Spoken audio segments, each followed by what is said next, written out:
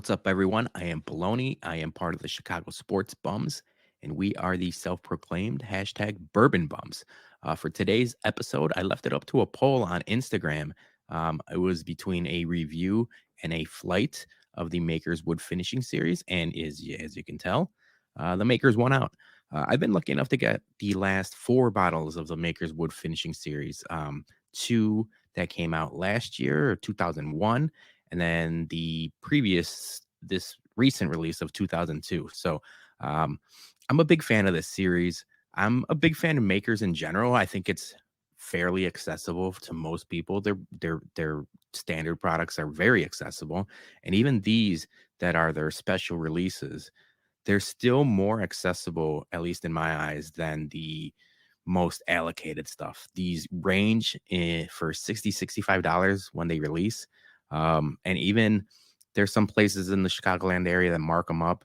But even then, I've seen them right around 80 to 90. And I've been a fan of all of them so far. Um, it started off with FAE-01 and '02.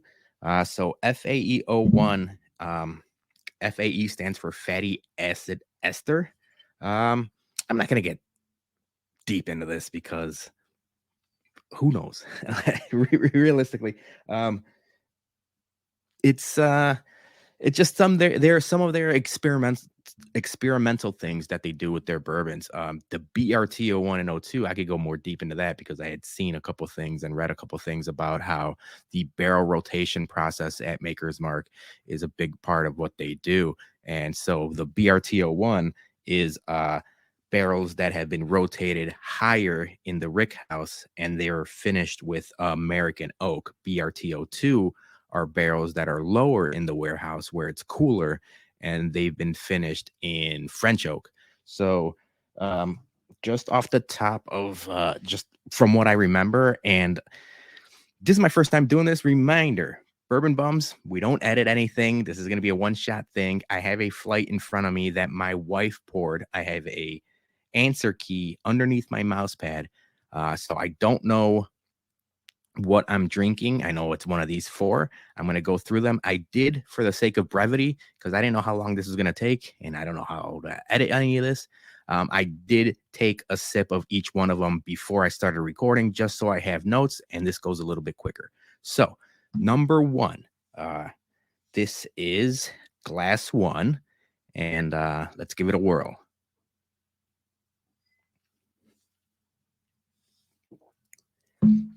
It's always weird. We just started doing these. I don't know if it's gross that I'm drinking and like savoring things and making these weird noises. I don't know if I should turn. We're learning. We're getting through this process. Right away, dark chocolate. Dark chocolate. My first note before I recorded, it reminds me of like a Pepperidge Farm Milano cookie.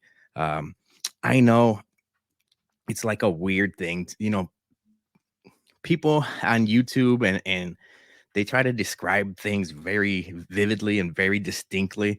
And I usually don't get into that. It's usually more like, coffee, vanilla, this and that. Nothing too in depth. But my wife is a huge fan of the Pepperidge Farm's dark chocolate Milano cookies. And that's exactly what that reminds me of. So, yeah, I like that a lot. I know I like all of these, but if I like in my head, like just my favorite one of these in my head is BRT-02. It's something I've never I've never had anything quite like it. So I have a feeling I know which one that is, but for the rest of these, um, I have no expectations and I have no idea how this is gonna go.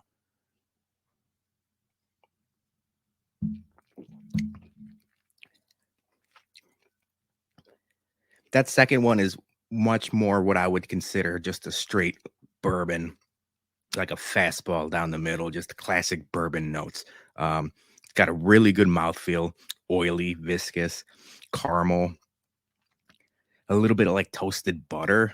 It's like there's some sort of like a buttered toast to it or something like that.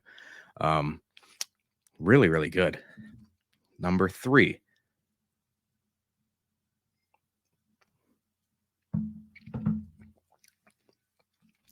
Hold on.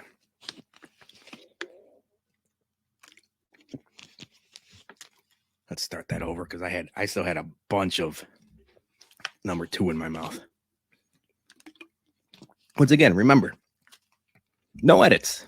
We're gonna just keep doing this live.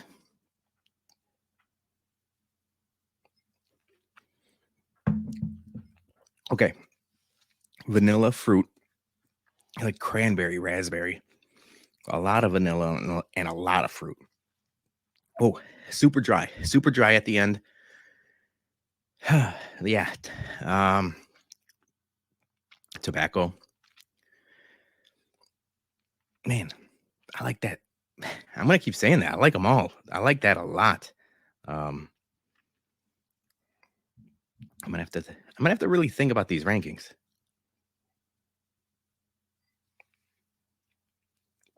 I didn't grab water again. Rookie mistake. But just by the smell and by my notes, I know this is BRT-02. I don't have to drink the water because I know that's what that is, and I'm fairly confident in it. This thing, even just by the smell of it, it smells so different than anything else Maker's Mark does. I'm a big fan of Maker's 46. Their Maker's cast strength is also really good, and all of these all still have Maker's qualities to them, and this one is something completely different. It's a ton of oak, ton of vanilla, caramel, toffee. You know what it reminds me of? It's like a Heath bar. There's like nuttiness to it too. It's like super, like just waves of different flavors.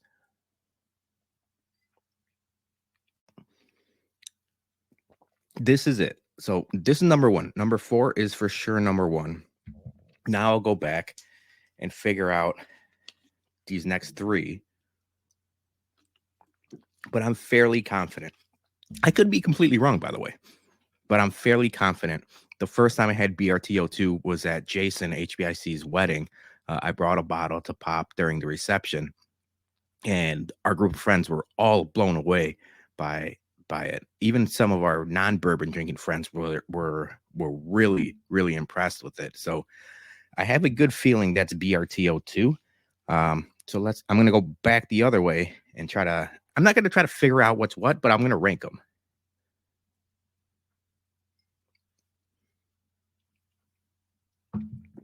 Oh, man. Yeah. This one, the third one, is much more drying.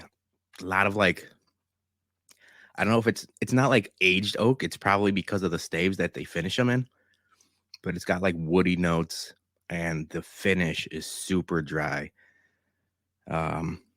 Still good, but not anything like the fourth one, which I like number 1, and then whatever number 1 is.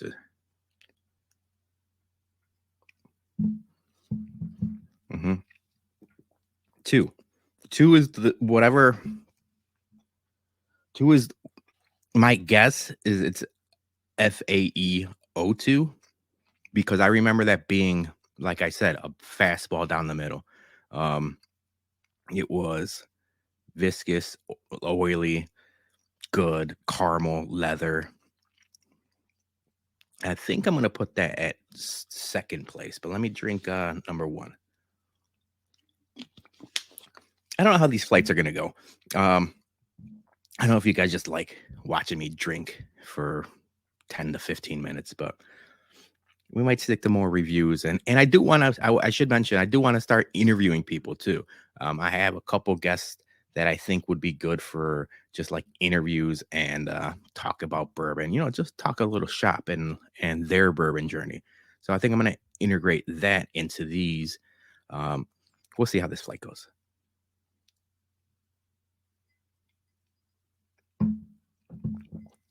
Oh. Okay. Yeah, that's the Milano cookie, if you will. I think I'm going to do the fourth one for sure. I think is BRT-02. That's my number 1.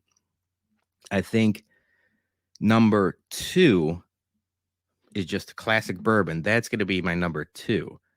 My number 3 is going to be number 1. I don't know what that is. And number 4 is number 3. That's just a lot of numbers I'm saying into a microphone. You guys don't know what I'm talking about, so let's find out together. My wife wrote these down. All right, so number 1, which was what was that? Now let me do it in order of what I like. Number 4 is what I like. Number 4 is BRT-02. Like I said, number 4 was stand out better than anything else. Toffee, caramel, chocolate. But man, it's crazy good. I had told Jason, he's got like really allocated stuff and really, like, I don't know if this could compete with like the Russell's 13s and the, BTAC series, but for a more available $60 bottle that I was able to find a couple, which I said I'm bringing to Whiskey at Comiskey, which I'll talk to you at the end of the episode about. Man, I'm really impressed with BRT-02. And so number 4 was my number 1, BRT-02, first place. Second place was number 2. So that is FAE-02. FAE-02, BRT-02 was first. My third place was 1, which is BRT-01. Okay, and then FAE-01, obviously, in last place, which I thought was still really interesting. Vanilla, fruit, cranberry, but the drying aspect of it. And if you look at the bottle, their notes was fruit-forward expression with notes of tobacco and wood. So my guess is that's what's drying me out. You never want to be dry, right? All right, so that is my rankings for the wood finishing series. BRT-02 in first place, FAE-02 in second, BRT-01 in third, and FAE-01. Like I said, I highly recommend you guys, if you guys are able to find these. So 2001, they released 1 bottle in the spring, 1 bottle in the fall. For 2002, they both released them at the same time. And it was at the end of the year in Chicagoland area. I know it was in the summer for a lot of the South and Kentucky area. And then for us, we didn't see them. I didn't see them around until I believe like August, September-ish of 2002. So I'm not sure if they're going to go back to spring fall release for 2023, Jesus. And, or they're gonna, release one at a time or 2. But I'm gonna keep an eye out. I grabbed a couple extra bottles, like I said, for Whiskey at Comiskey. If you guys haven't followed us on Twitter, we announced that we were able to get opening day tickets. So we'll be sitting in section 108. But before the game, we have announced we're gonna tailgate for opening day at the White Sox. We're going to bring our Whiskey at Comiskey, and we're going to hopefully announce something else besides that later on before the start of the season. But we're excited. So if you're able to come out to opening day White Sox game, we're going to bring some bottles. Jason is going to be grilling some Philly cheesesteaks. We're going to have some food. There's going to be a lot of friends, and we can't recommend, hopefully, to see you there. I'm rambling. This is a 15-minute video. I'm not so sure we're going to keep doing these flights. Maybe we're going to stick to reviews and interviews. We'll see. Maybe leave in the comments. Did you like the flight? Were you interested in it?